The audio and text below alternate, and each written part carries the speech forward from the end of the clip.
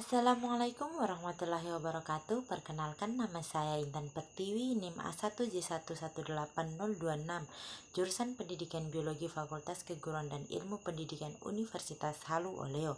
Video ini merupakan video praktikum 2 mata kuliah Anatomi dan Fisiologi Manusia yang diampu oleh dosen Bapak Mustamin Balumbi, SPD MSc. Pada video kali ini saya akan memaparkan materi mengenai sistem artikulasi. Apa sih sistem artikulasi itu? Menurut buku Anatomi dan Fisiologi pada tahun 2017 yang ditulis oleh Betz DKK, sendi merupakan perhubungan antar tulang sehingga tulang dapat digerakkan. Hubungan dua tulang tersebut disebut dengan persendian atau artikulasi. Jadi, persendian atau artikulasi adalah hubungan antar tulang-tulang yang membentuk sistem gerak pada manusia. Persendian berperan penting dalam proses gerak yang dilakukan oleh manusia. Gerakan antar tulang yang satu dengan tulang yang lainnya pada persendian diikat oleh jaringan yang disebut dengan ligamen. Gerakan pada persendian dilapisi oleh minyak sendi, di mana jika minyak sendi pada tulang habis, maka gerakan pada persendian akan menyebabkan rasa sakit yang luar biasa. Tanpa persendian, kita tidak mungkin bisa melakukan gerakan. Sendi pada tulang terbentuk pada kartilago yang membesar, di mana kartilago ini di bagian ujungnya akan diliputi jaringan ikat dan selaput sendi.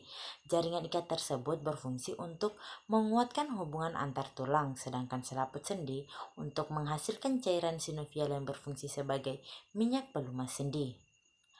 Ada beberapa komponen penunjang sendi.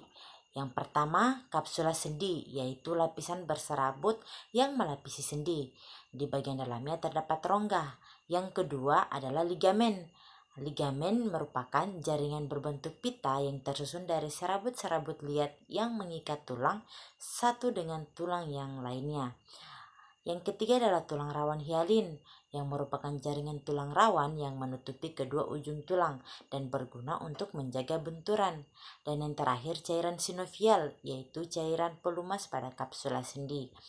Berdasarkan mekanisme sistem geraknya, macam-macam sendi pada sistem rangka diklasifikasikan menjadi 3, yaitu sendi mati atau sinartrosis, sendi kaku atau amfiartrosis, dan sendi gerak atau diartrosis.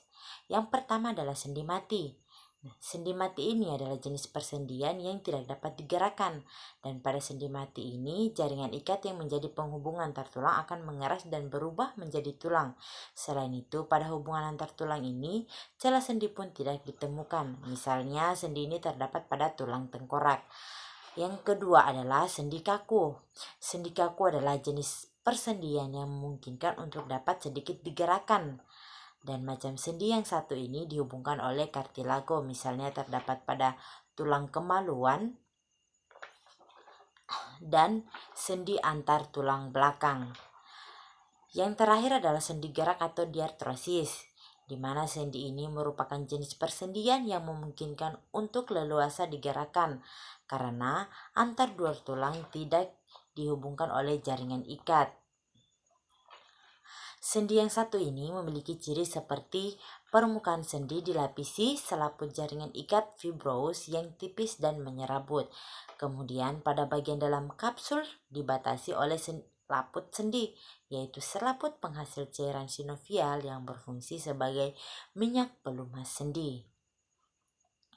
Kapsul fibrosnya diperkuat dengan adanya ligamen, namun ada juga yang tidak.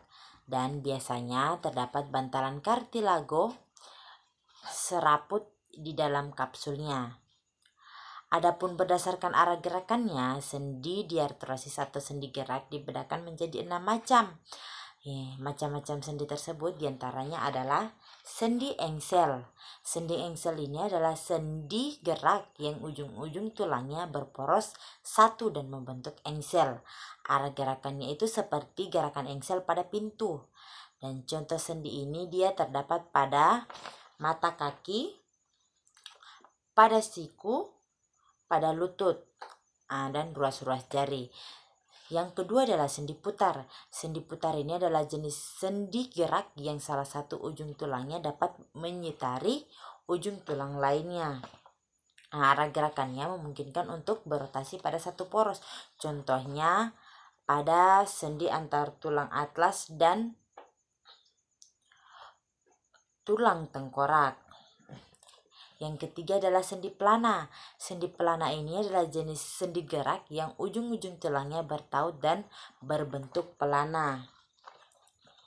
Macam sendi ini memiliki dua poros atau berporos dua sehingga dapat bergerak bebas persis seperti gerakan orang yang sedang berkuda.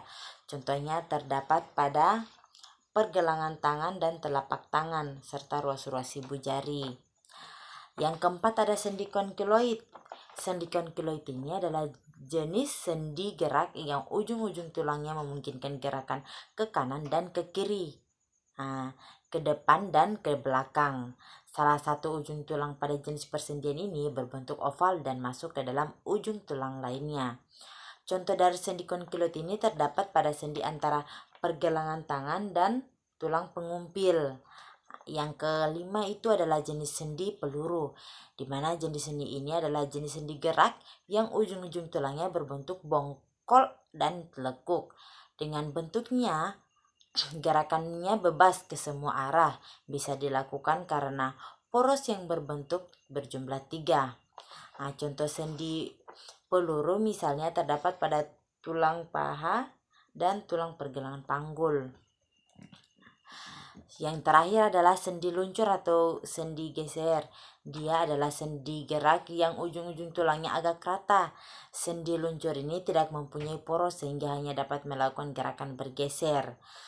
Contoh sendi luncur ini terdapat pada sendi antar tulang-tulang pergelangan tangan, tulang selangkang, tulang pergelangan kaki, dan tulang belikat. Sekian yang dapat saya sampaikan. Akhir kata, wabillahi taufiq wal hidayah. Wassalamualaikum warahmatullahi wabarakatuh.